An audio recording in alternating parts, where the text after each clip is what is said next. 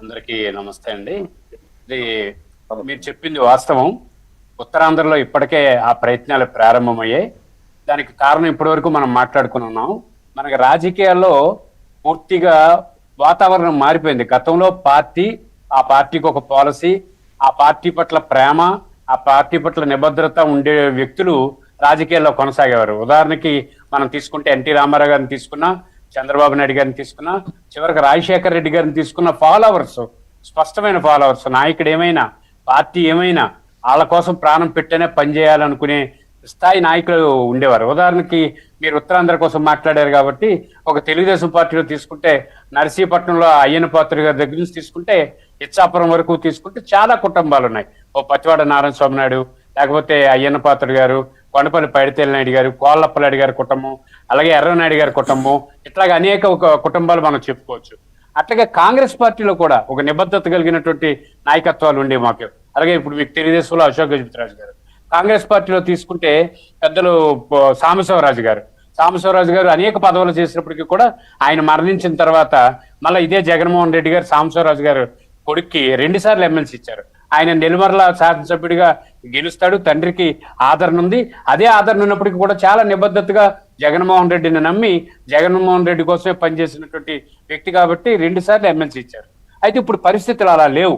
మీరు ఇందాక చెప్పినట్టు తెలుగుదేశం పార్టీలో పూర్తిగా పార్టీ పట్ల ప్రేమ, అలాగే వ్యక్తుల పట్ల ప్రేమ, అట్లాగే పాలసీ పట్ల ప్రేమ ఉన్నటువంటి నాయకత్వం ఎక్కువ శాతం ఉంటుంది. అందుకని తెలుగుదేశం పార్టీలో గొప్ప మార్పు ఉంటుంది.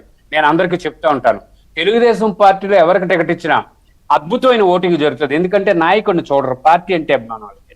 అదే వైఎస్ఆర్ పార్టీ, కాంగ్రెస్ పార్టీలో అలా ఉండదు, వ్యక్తిని చూస్తారు. ఇక్కడ వాళ్ళకి సరిపోయిన ఆయన శాసనసభ్యుడా, వాళ్ళకి సరిపోయిన ఆయన పార్లమెంట్ సభ్యుడా, ఆ కులం ఏంటి, ఇలా చూస్తారు. ఇప్పుడు ఇందులోనే ఒక చిన్న మాటను మీ దృష్టి తీసుకొస్తాను. సత్యమూర్తి గారు మంచి మాట చెప్పారు. ఇప్పుడు ఈ మధ్యనే బాబు షూరిటీ మోసం గ్యారంటీ అనే ఒక కార్యక్రమం పెట్టుకున్నారు వైఎస్ఆర్సీపీ వాళ్ళు. పెట్టుకున్న తర్వాత ఉత్తరాంధ్రలో ముఖ్యంగా విజయనగరం జిల్లాలో ఒక శాసనసభ్యుడికి అపారమైన ప్రజాదరణ ఉంది. అతను 24 గంటలు ప్రజల మధ్య ఉంటాడు, బ్రహ్మాండమైన అభివృద్ధి చేశాడు. అతను ఈ బాబు షూరిటీ మోసం గ్యారంటీ కార్యక్రమం మీద వార్డుల్లో తిరుగుతుంటే జనం రాకపోతే సాయంత్రం కార్యకర్తలతో సమావేశం పెట్టి మనం ఎన్ని చేస్తున్నా జనంలో మార్పు రాలేదు, వాళ్ళ ముఖం చూస్తే చాలా తేడాగా ఉంది, మనమన్నా మన పార్టీ అన్నా చాలా చాలా తీవ్ర వ్యతిరేకత కనిపిస్తుందని చెప్పి సాయంత్రం ఒక ప్రత్యేకంగా కూర్చున్నటువంటి కార్యకర్తలతో చెప్పాడట. ఇది వాస్తవం. ఆయనేనా ఫ్యామిలీ ప్యాకేజ్ మాట్లాడుతుంది జనసేనతో.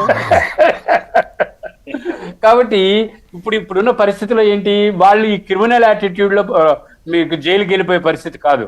వాళ్ళ కుటుంబం అంతా ఉత్తరాంధ్రలో విస్తరించుకొని ఒక 5-6 కాన్స్టిట్యున్సీలు, జిల్లా పరిషత్తులు అన్ని వాళ్ళ కాన్స్టిట్యున్సీ చేతుల్లో ఉన్నటువంటి పరిస్థితిలో ఇప్పుడు ఏం చేయాలి, వాళ్ళు చిరంజీవితో పరిచయాలు ఉన్నాయి, పవన్ కళ్యాణ్తో పరిచయాలు ఉన్నాయి, అవసరమైతే చంద్రబాబు నాయుడు గారిని కూడా ఒప్పించగలరు.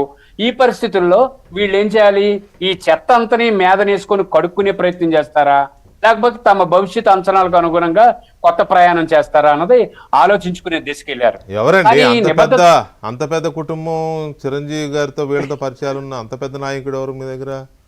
ఎందుకు మరి మన బొత్స సత్యనారాయణకి పరిచయాలు లేవా? చాలా మంది రాజకీయ నాయకులకి ఉన్నాయి కదా. బొత్స గారు ట్రై చేస్తున్నారా? ఎంత పరిచయాలు ఉన్న వాళ్ళు ఎంతమంది ఉన్నాయి ఆయన మించిన సీనియర్ ఎవరున్నారు సార్? అనేక మంది రాజకీయ నాయకులకి అందరితో పరిచయాలు ఉంటాయి. ఆ పరిచయాల్లో ఈ పార్టీ మునిగిపోతున్నప్పుడు ఓ ప్రయత్నం చేస్తారు కదా. ఆ ప్రయత్నాలు ఉత్తరాంధ్రలో ప్రారంభమయ్యాయి. అన్ని చాలా మంది నాయకులు ఇండివిజువల్ గా వైఎస్ఆర్సీపీ నుంచి ఇప్పుడు అశోక్ గజపతిరాజు గారు గవర్నర్ గా వెళ్ళిపోతున్నారు. ఇక్కడ తెలుగుదేశం పార్టీకి పెద్ద స్థాయి లీడర్షిప్ లేదు. వెంటనే జనసేనలో నుంచో కానీ లేకపోతే తెలుగుదేశంలో కానీ చేరిపోతే ఇక్కడ తెలుగుదేశం పార్టీకి పెద్ద రూలర్ కావాలి, ఇక పెద్ద నాయకత్వం కావాలి.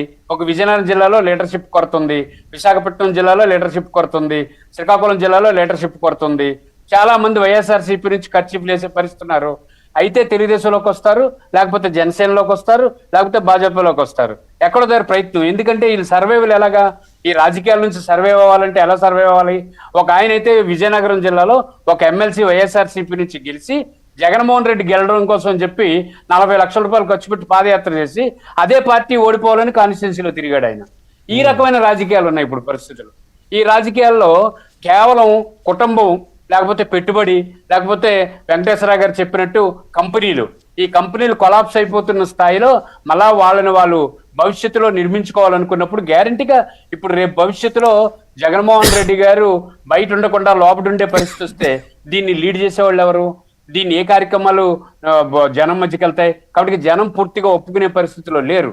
ఇప్పుడు ఉన్నటువంటి పరిస్థితులు ఈ రాష్ట్ర అభివృద్ధి కోరుకుంటున్నారు, ప్రశాంతమైన వాతావరణాన్ని కోరుకుంటున్నారు. వైఎస్ఆర్సీపీ అధికారంలో ఉన్నప్పుడు ఈ ఎమ్మెల్యేలకి గౌరవం లేదు, ఈ మంత్రులకి గౌరవం లేదు, ఈ పార్టీ కార్యకర్తలకి గౌరవం లేదు. ఈరోజు జగన్మోహన్ రెడ్డి గారు వచ్చి మీరు జనంలో తిరగండి అంటే ఎవరు తిరుగుతారు? ఎందుకు తిరుగుతారు? తర్వాత చనిపోయిన బాడీని రోజు రోజుకి బరువెక్కిపోతా ఉంటది, దాన్ని మొయ్యలేరు. కోమాలో ఉన్నవాడి కోసం ఏదైనా అవస్థ పడవచ్చు, కానీ ఈరోజు పరిస్థితి అలా